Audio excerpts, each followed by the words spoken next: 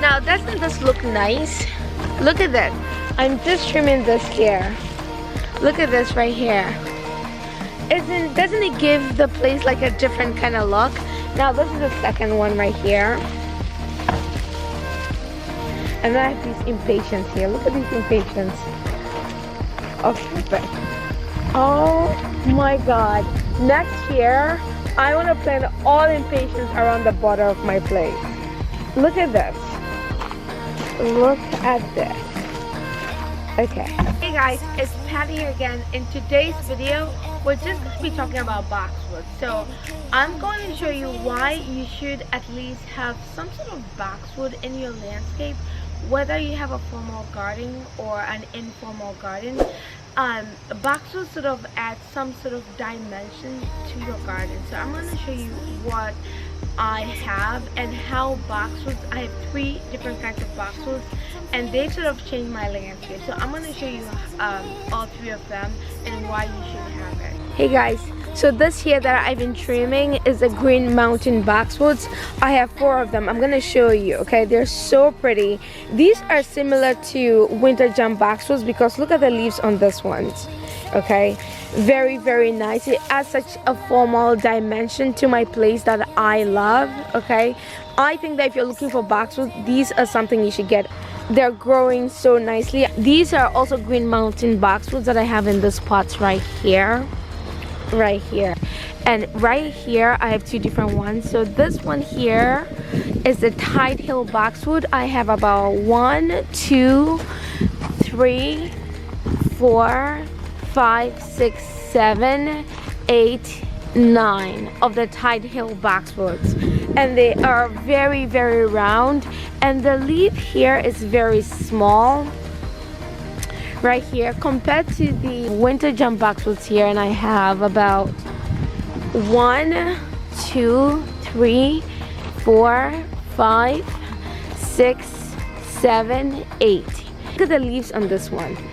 Very, very small, and these ones here are very, very big, okay? You need to trim them and shape them. These are great times to sort of plant these boxwoods. right here. Look at how they add sort of a formal touch to my landscape. Okay, now you've seen the before picture. Now look at this here, right?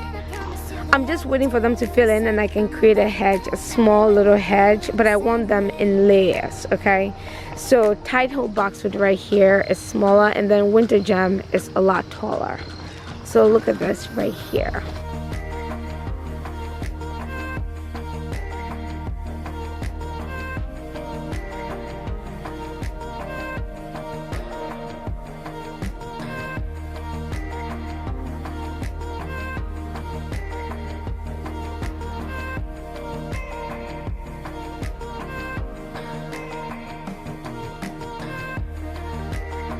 And I'm going to tell you this, so with these two here, you know, Boxwood actually does very well from zone 5 through 8. Okay, I'm in zone 6B, as I've stated in all my videos, and these do very well in that kind of zone, and they also need well-drained soil. The good thing is that I have sun for about 4 or 5 hours, and then the rest of the day I have shade. So these Tight Hill Boxwoods need like sun to part shade for them to do very well. I've had them about 2 years now.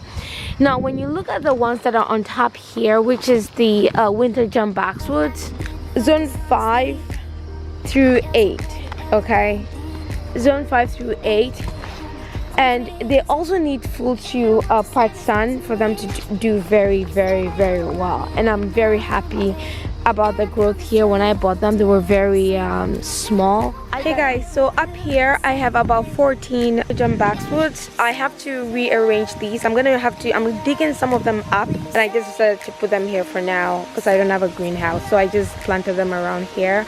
But I have 14 here, I think 20 that I just showed you, so I have about 34. Okay, and these here are just Winter Gem also, and a smaller version of these right here.